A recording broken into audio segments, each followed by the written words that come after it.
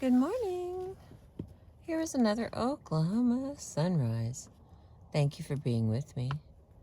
I had some, we'll go with mouth work done earlier this week, so this will be my first time reading. So I'm going to take us as far as I can. This one little chapter here is like, phew, like 14 pages. So here we go. Hope Williams Sykes, Sykes, 1901 through 1973. Born in 1901 in a sod house near Coronado, Kansas, Iris Hope Williams grew up close to what she called the farmer's battle with the elements. She attended Colorado Agricultural College, now Colorado State University, and taught school close to the fields German-Russian families called the jungles, where men, women, and children labored in the fields relentlessly, planting, thinning, hoeing, and harvesting sugar beets. Marriage in 1925 brought her to Fort Collins, where the sugar factory processed beets from the outlying fields, and she began to keep notebooks of the families around her. For 7 years, I just absorbed the feeling and undercurrent of the beet industry and these people. Notebooks suggest the writer's dispassionate objectivity, but her fiction shows her outrage at the culture that saw women and children as living only to work. Let me untwist it here.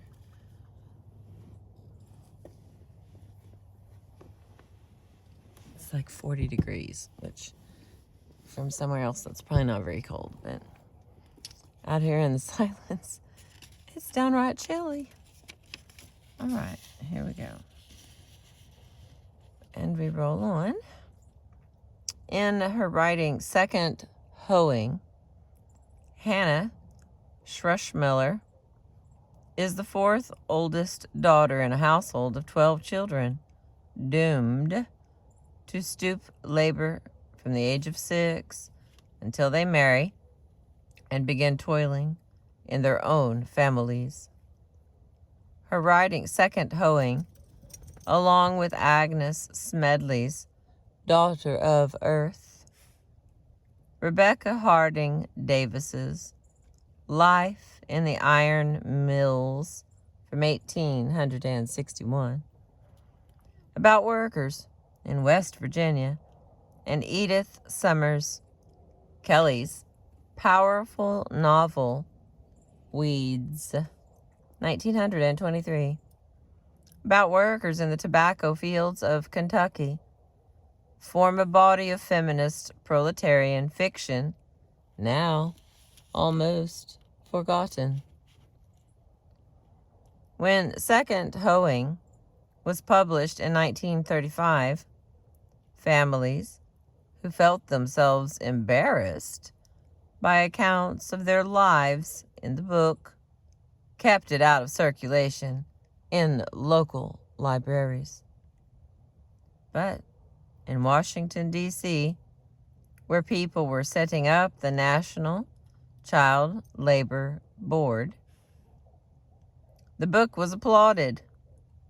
Rose Feld, in the New York Times, called Second Hoeing a powerful proletarian drama of the American soil.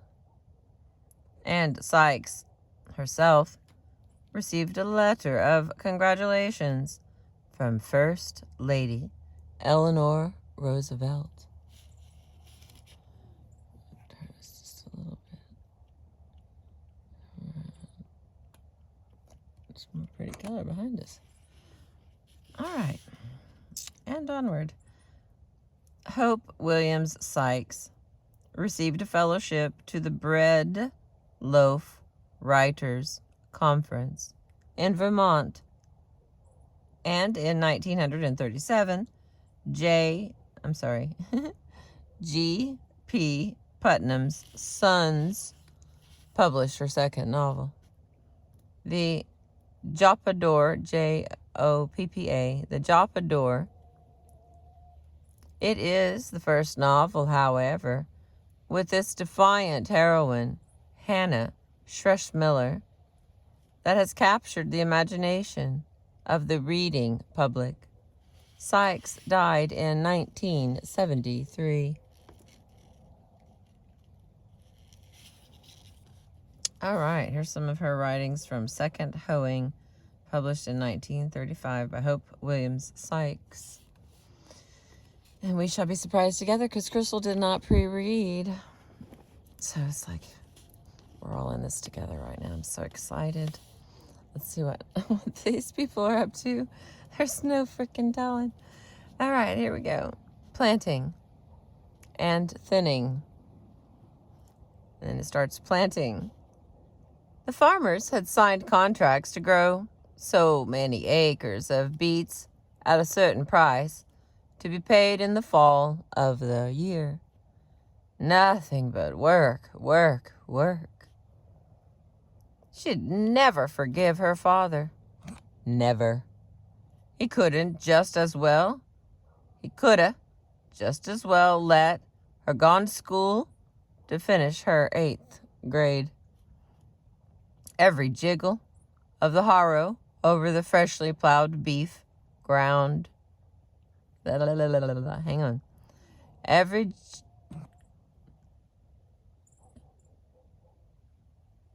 All right, let's try that again.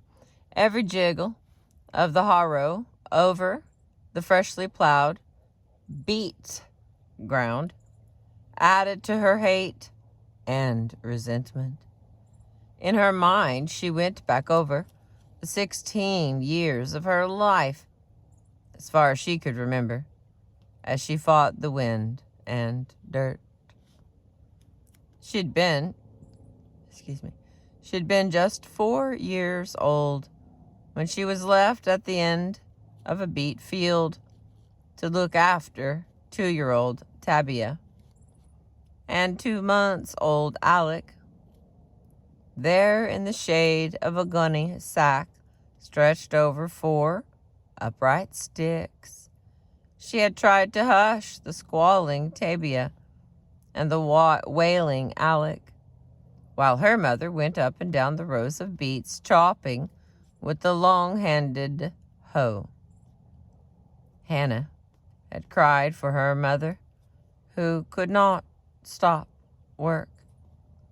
The beets had to be thinned. Yeah, and now he cries about how hard he's worked and how big a succeed he's made. We all worked, and Mama worked harder than all of us put together, and he'll work her in the beets this year, too. Hannah savagely yanked the horses around at the end of the field. She slapped the lines smartly across their backs, shouting, "Get up." She thought of the time when she was 6, big enough to crawl behind her father and mother and Lizzie and Mary, who swung their hoes up and down, blocking the tiny sugar beet plants. On the ground among the dirt and clods, she had crawled on hands and knees, grasping the plants with dirty fingers, pulling the extra ones out so the biggest and strongest would be left to grow. Her fingers had become stiff and dirt-caked. Sweat had run down her body.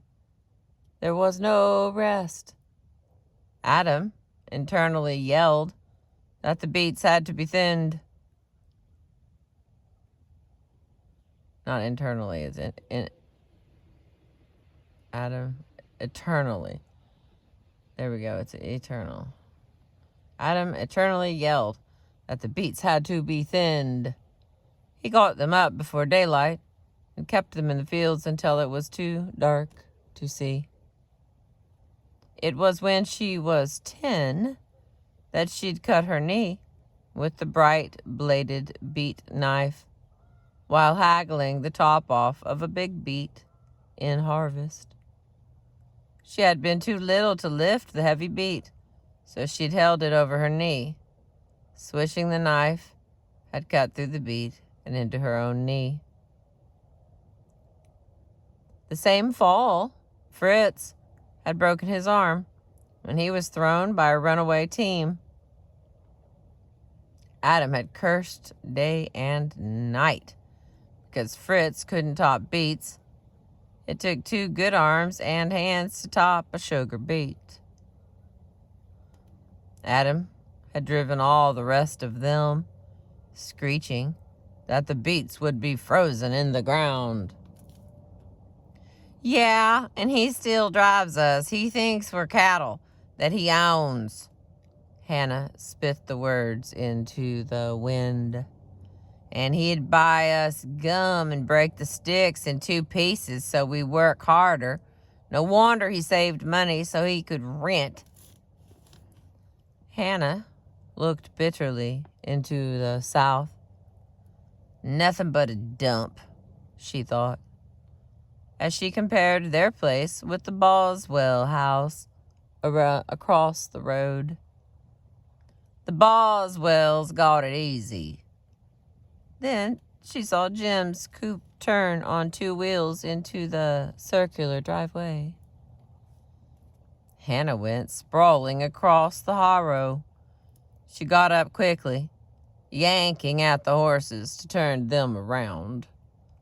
They stopped suddenly at the end of the field. All I'm good for is to grub in the field, she half cried as she rubbed her barked shins. I bet the hides took off, she said aloud. I'm not going to stay here. I'll leave. Papa can keep me till I'm 21. But even as Hannah spoke, she thought how he'd kept Lizzie and Mary, and how he was still keeping Fritz. It was getting dark. She hurried her horses from the field before Adam could speak to her.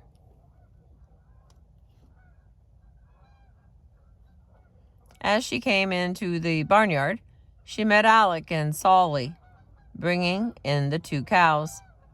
At the same time, Anna, white kerchief tied over her head, came out of the house carrying 2 milk pails. Hannah called to her, You go back, Mama, I'll milk. Ah, Hannah, all mine, life I am, milk the cow. All her life, Hannah muttered, as she threw hay to the horses. Papa'll work her till she drops in the field.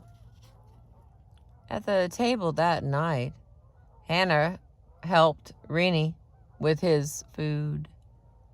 Drink your milk, Rennie, she coaxed. Me want some milk, shouted 4-year-old Chris. Me too, chimed in 6-year-old Cooney. Ah, eat the supper. The pigs, he don't got milk enough so he grow good, commanded Adam. He even put the pigs before us, Hannah thought. She watched her father as he shoveled his food into his mouth. As he chewed, the ends of his straggly mustache moved up and down across his leathery cheek. His sharp beak of a nose wiggled. Industriously, he piled potatoes onto his knife blade, using his fork as a pusher. Rising it to his mouth, he stopped the loaded knife in mid-air and roared, Solly, drop that cat. We don't eat meat cats on the table. Hannah, tomorrow you drill mit beet seeds. And Olinda, you ride the harrow. Hannah, she got your skinned 1 mile for work. God, I wish it'd rain on sit.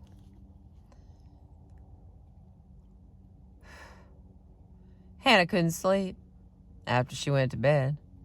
She felt gritty and dirty all over from the dust of the field. Her mouth was parched and dry. Dirt caked. She slid out of bed and crept down the narrow stairs.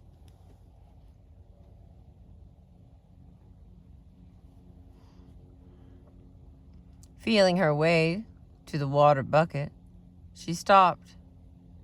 Adam was praying in the bedroom, off the kitchen. God, make it rain so mine last beets come themselves up. God, you make it rain, and next fall I pay twice over mine church dues. Yeah, I make him up, might you. Too many acre, I think I am farm, and I worry so I don't can think, and I need the rain so I raise good beets. Make him rain, and I praise you all mine days. God, sure, I done it. Grimly, Hannah dipped her cup into the water bucket. Hypocrite, she muttered. His words don't mean nothing. He won't keep his word even with God. All he wants is something for himself, and he's scared to death he's gonna make a failure, so he can't crow to everybody how swell he is. The next morning, she started drilling. The factory field man had come in March with the contracts, and Adam had signed to grow 40 acres of beets. 20 acres had been planted first week of April. Then, 10 days later, the south field had been planted. Rain had come, and the first beets were up in long, slender rows of green. It was dry now. Here comes the sun,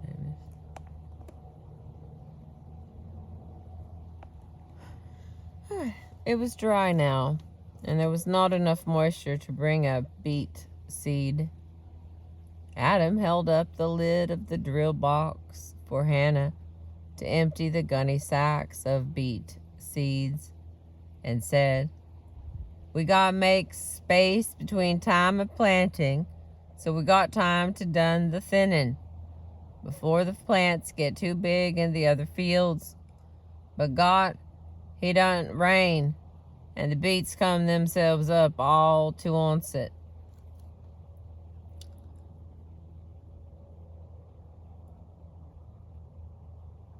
The big, bulky sack sagged against her knees.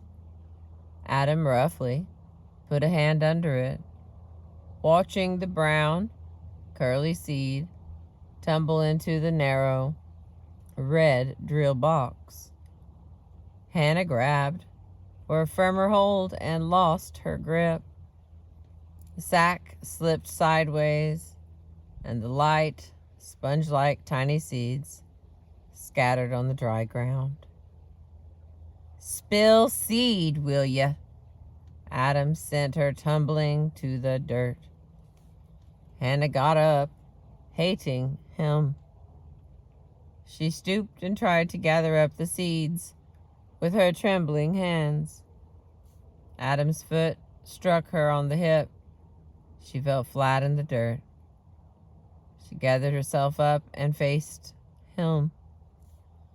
"You hit me again and I go to the house. I don't work. You ain't in Russia." Hannah shrank away from him, defiant, but also fearful. Ach, mein Gott im Himmel, make shut the mouth. He advanced upon her, shaking his fist. Get the drill on and get busy. Expenses I got on my back, my spilling seeds. 15 cents a pound I pay for him. Sullenly, Hannah climbed on the drill and clucked to the horses. I'm going to leave. I'm going to get out, she declared to herself. He's made me dig manure out of the sheep's pen and ride on the old manure spreader. I've plowed and I've harrowed. I've rolled his old fields with the roller. And now I'm drilling. He makes us all work, Fritz and Olinda and me, and he keeps the other boys home whenever he thinks he can get by without the truant officer getting him.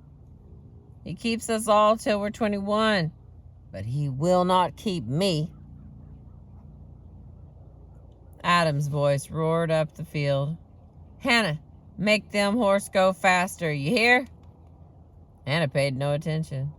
Let him yell, she muttered.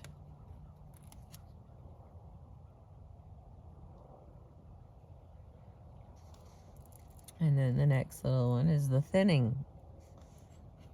Hannah slipped stealthily behind a car parked in front of the German church. With this protection between herself and the church, she dodged in and out along the cars parked at the curb. She glanced backward to see if anyone might be watching, but she saw no one. She had waited in the dim entryway until the church services had commenced.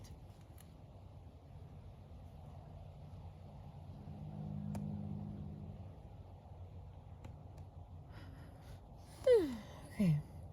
Now, as she walked rapidly toward the street corner south of the church, she wished that she didn't have on such a conspicuous white dress. But she had nothing nicer than her confirmation dress. And tonight, she had wanted to look her very best. Her first date with Jim Boswell. Half fearfully, she wondered if he would be waiting. It had taken her so much longer to get away from the church. She breathed a sigh of thankfulness as she saw Jim's black coupe waiting at the corner. She slipped gratefully into the seat beside him. Her heart was pounding. I see you got away. Yes, I come with Katie Heist and Fritz. Papa stayed home from church. Still breathing deeply from her haste, Hannah was glad that Jim said no more. The quiet silence gave her a chance to get a hold of herself. We mustn't go very far. I've got to be back by the time church lets out, she said quickly, and she noticed he was driving steadily toward the mountains. Jim nodded and immediately turned into a tree-bordered side lane. He stopped the car. Without saying any word whatever, he put his arm around Hannah. She stiffened. Jim tried to draw her closer. Don't be afraid. Just tuck that bright head of yours over here on my shoulder. There was soft laughter in his voice. Hannah felt ashamed of her rigid primness. Half fearful, she let him draw near. Glad you came? She nodded her head against his shoulder, content. This was heaven, she thought. The intimate silence, the quiet dusk of evening. Jim, with his arm around her. She couldn't really believe it was Jim. Gently, he moved his arm and, turning her sideways, started to pull her over against him. Hannah stiffened, resisting him. I'm not going to hurt you, Jim reassured her. I'm just making you more comfortable. You know, Hannah, I don't believe you've had much real loving in this world." Hannah laughed shakily and partly relaxed, letting Jim have his way. She was crazy to be afraid of Jim, she knew, but she felt bewildered as he lifted her and held her against him so that she lay in his arms. Unconsciously, she was braced, ready for flight, but Jim held her quietly, unmoving, silent. Hannah could feel her heart pounding. The odor of tobacco came to her from the soft wool of Jim's dark suit, filling her with his nearness. Gradually, she became calm. "Like me a little?" he questioned. His voice was low, husky. Timidly, Hannah touched his cheek with her fingers. It was smooth, clean shaven. Jim laid his face against hers as he whispered, "So do you like me a little?" "No, I don't like you a little," Hannah's whisper held a tremulous,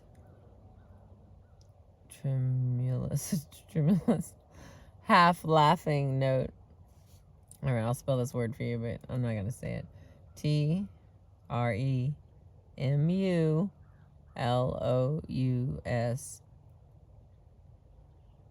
Back in the day, we like to use fancy words for being more specific. As in the 1900s, last century. But I don't know that word. So, here we go.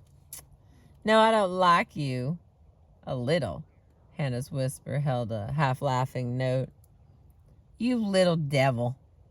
Jim set his lips full against hers with a slow pressure that increased. He held her even more tightly. She hadn't known he was so strong. She felt that she couldn't stand another minute of that embrace, yet she couldn't pull herself away.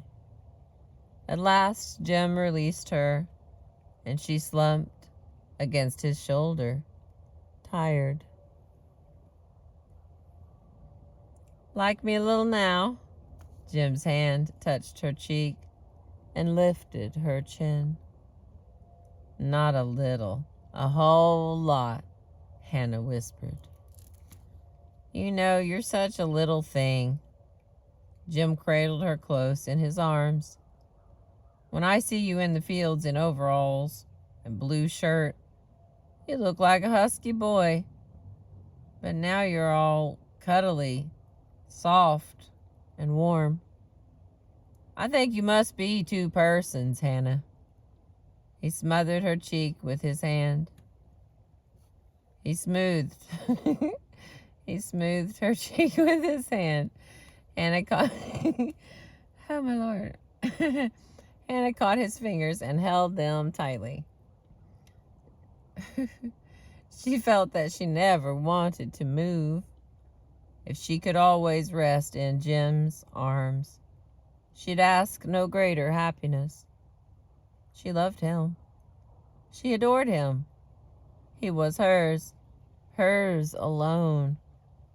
There was no world, no time, nothing but Jim and his soft lips. Hannah pressed his fingers tighter. She suddenly wanted him closer. His lips, his arms. An inward trembling shook her as his lips touched hers. She could feel the fast beating of his heart, hear the quickness of his short breaths. Her hands dropped limply from his strong fingers. She must tell him to stop kissing her, but she couldn't. His lips were against hers. She'd push his face away, but her hand wouldn't move. Her hand didn't want to move. What was the use? He was her Jim. She loved him.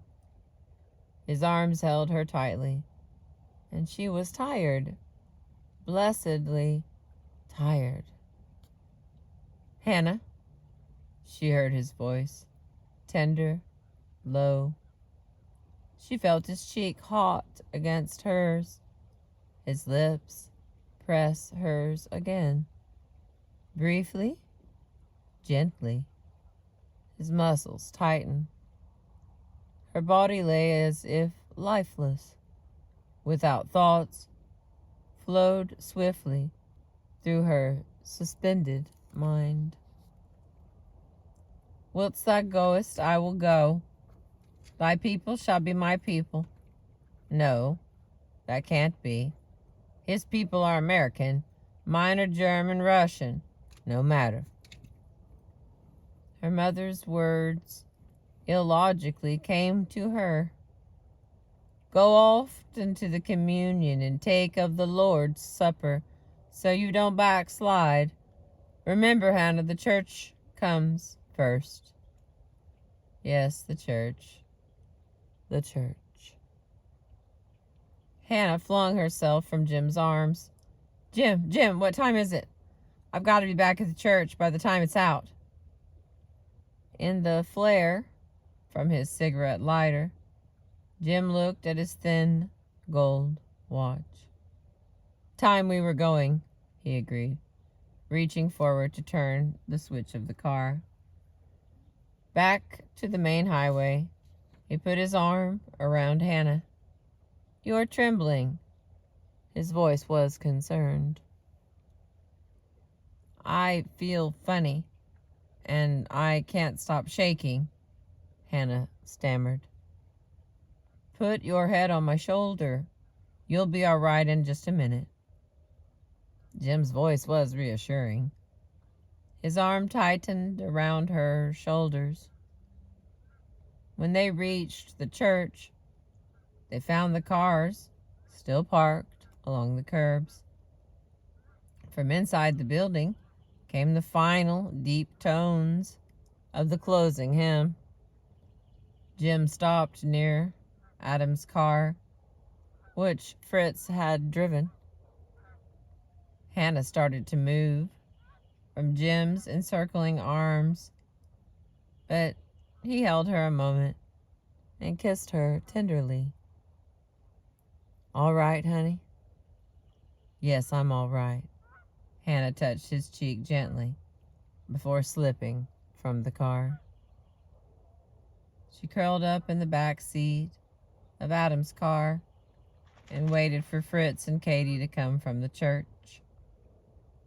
Gee, we lost you, I guess, Katie laughed. I had a headache and I come out early, Hannah told her. Aw, gee, that's too bad, Katie turned to Fritz.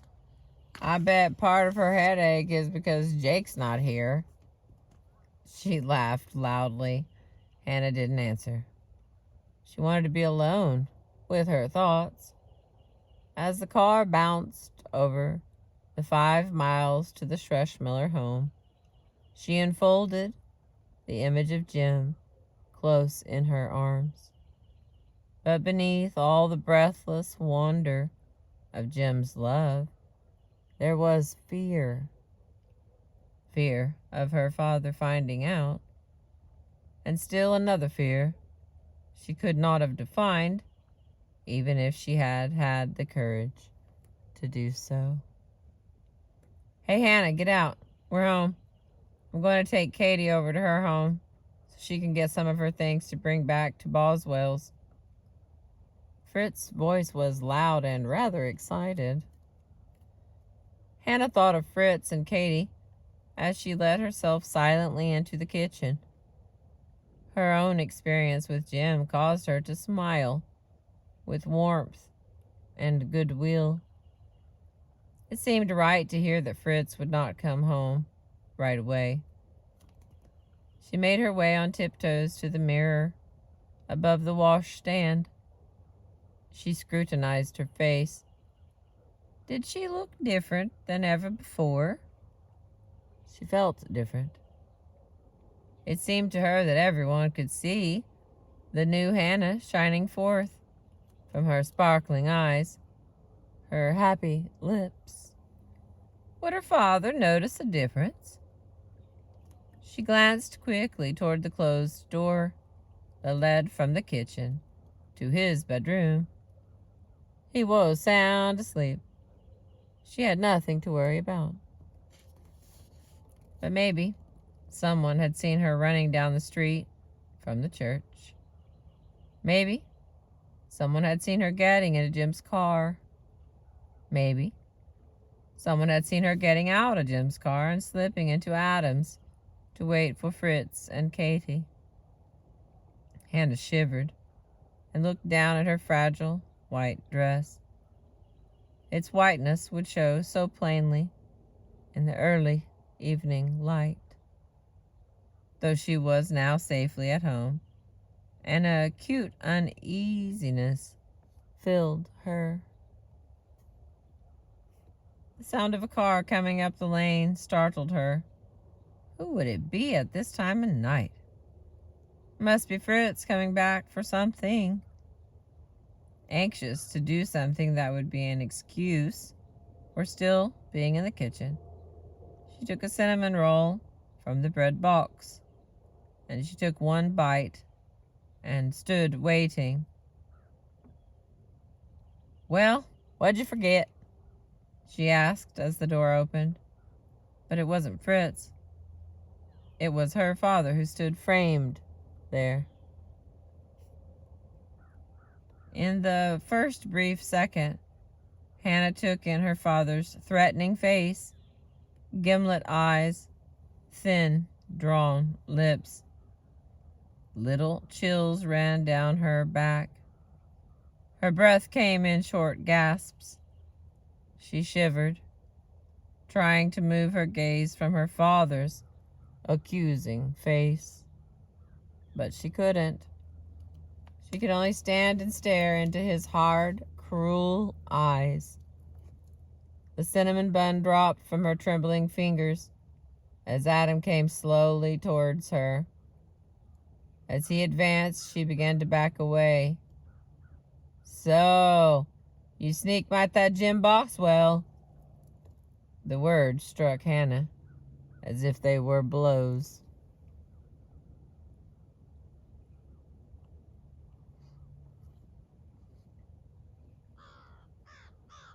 This wasn't her father's high-pitched, shrieking voice. This was a deeper, colder, cruel voice full of hard, condemning hate. You go meet that girl chaser Jim, and you lay with him like that hussy Olinda lay mit Henry? Adam's still accusing face came closer to the girl backed against the wall. Hannah felt as if her throat were paralyzed. She couldn't speak. She couldn't move. She could only look into her father's hating, furious eyes. You think that Jim marry you like Henry marry Olinda? You think he marry you? No. He lay with you, but he don't marry with you. Yeah, he let you. You in your white confirmation dress. She wanted to run, but she couldn't move. She wanted to scream for help, but her lips wouldn't move. It was as if she were dumb, paralyzed with fear. Now, you tell it to me. You tell me how you lay mit Jim Boswell. She opened her lips, but only the sound of her breathing came forth. She couldn't answer, for in her father's eyes she saw death lurking. And I say you tell it. With slow, deliberate movement, Adam reached for the black snake whip, which stood in the corner nearest Hannah. Thick at the butt, tapering to a fine, flexible thinness at its tip. The whip lay balanced in Adam's horny, work-cracked hands. This was the whip that was used to drive the cows, to lash fractious horses, and sometimes to discipline the older boys. "You tell it true." Adam raised the whip. A sharp whistling sound hissed through the room as it snapped on the floor near Hannah's white-clad ankles. "Answer it, unsaid, or I beat you so you don't can talk. Say how you lay with him. Say how you sin before God you sin. Yeah, don't I go by church, me old house, and I see you run away? And don't I see you come back with that landowner's son and don't marry me you? Yeah, he lay with you, but he don't marry you. Tell it true." The whip curled through the air once more. With sure, deadly aim, it circled Hannah's shoulders and flicked across her face. Hannah screamed. The baby in its basket in the front room started crying. The door to Adam's room off the kitchen opened and showed Renee's and Chris's heads peeking out. As if by magic, Tibia, Alec, Solly, and Cooney appeared in the doorway leading to the front room. "Tell it true!" Adam roared at Hannah. But that first lash had released Hannah's fear-bound muscles. She dodged past her father and into the front room. As she brushed past Tibia, she spoke. "Call the minister." She tried to reach the front door and the safety of outdoors, but Cooney got in her way. She tripped, and Adam barred her way to escape. The whip struck across her shoulders.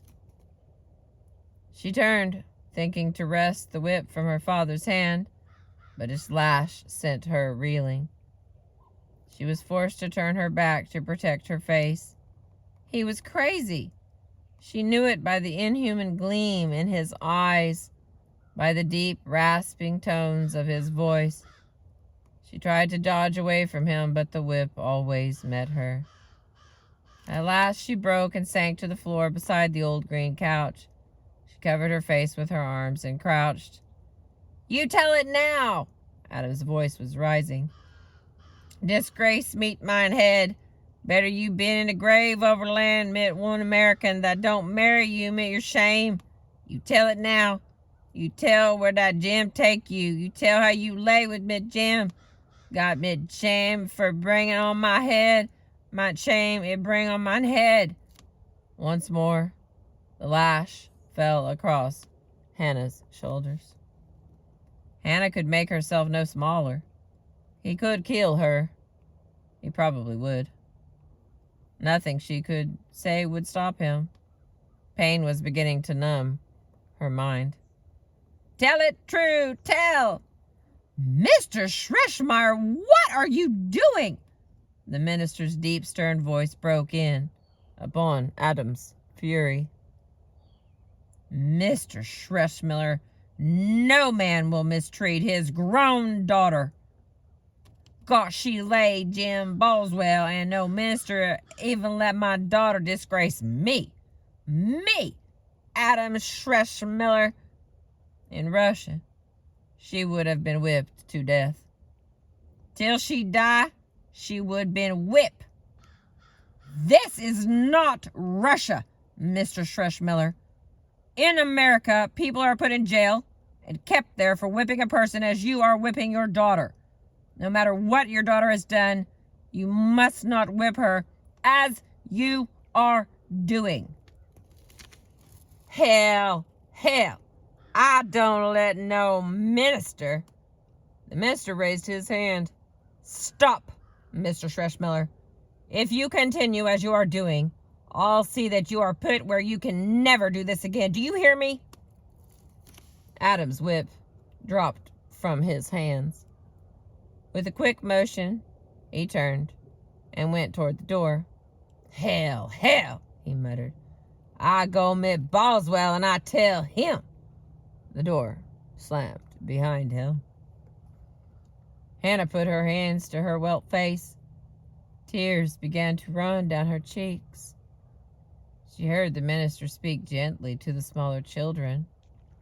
Then she felt his firm hand upon her shoulder and heard his deep, kind voice speaking to her. "Hannah, child, are you all right? Can you stand?" "I hate him! I hate him!" Hannah brushed the tears from her eyes. "I'll hate him as long as I live." "Hannah, you must not. In his way, he thinks of your happiness." "Happiness?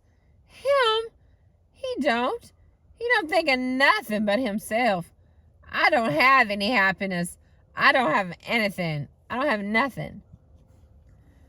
"Yes, Hannah, you have God, and if you take your troubles to him, he will give you peace." "I don't want peace. I'm young. I want happiness. I want to live. And when I'm happy, he beats me. He beats me." "Hannah, you must not. No matter what you have done, you still have a friend who believes in you. Will you believe me, Hannah, when I tell you that?" "You mean you believe I'm all right no matter what I've done?" "Yes, Hannah. I've known you since you were a little girl. I knew your mother. I know how she taught you. I have faith in you." Hannah's eyes softened. "You don't know what knowing that means to me. I didn't do anything wrong. We just went riding." "Why didn't you tell your father?" "He wouldn't believe me." "If he ever lifts his hand against you again, call me, Hannah." "He won't touch me again." Hannah got slowly to her feet and followed the minister to the door. She returned to the front room and stood there looking at the overturned chairs, at the baby in her basket. She heard the kitchen door open. She saw her father standing there. "Go to bed," he muttered. He did not look at her and turned away to his own bedroom. Hannah looked down at her white confirmation dress. The delicate silk was cut and torn. She could never wear it again. She started slowly for the stairs, quietly, deliberately. She felt her way up the steep darkness to her own bedroom. She lighted the kerosene lamp, and with Tavia laying in bed, looking on, she gathered her few gingham dresses from the hooks.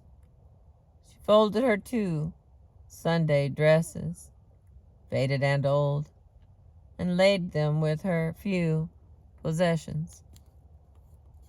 She paid no attention to Tavia when she spoke to her. She did not consciously hear the words. "I don't blame you for leaving the old fool, but where are you going, Hannah? And what's to become of us? You have to stay, Hannah." Hannah gathered her belongings and went downstairs, leaving Tavia crying in her bed. In the front room, she took off her torn confirmation dress. For a moment, she held its soft folds to her face.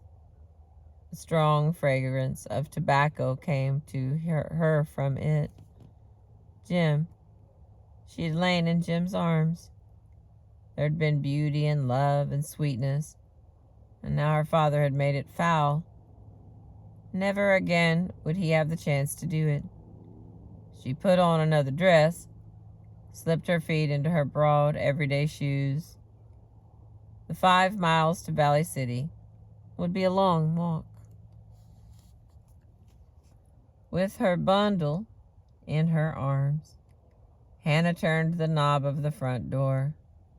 At the same moment, Martha, in her basket, placed on 2 chairs, let out a thin wail. The sound of that cry halted Hannah.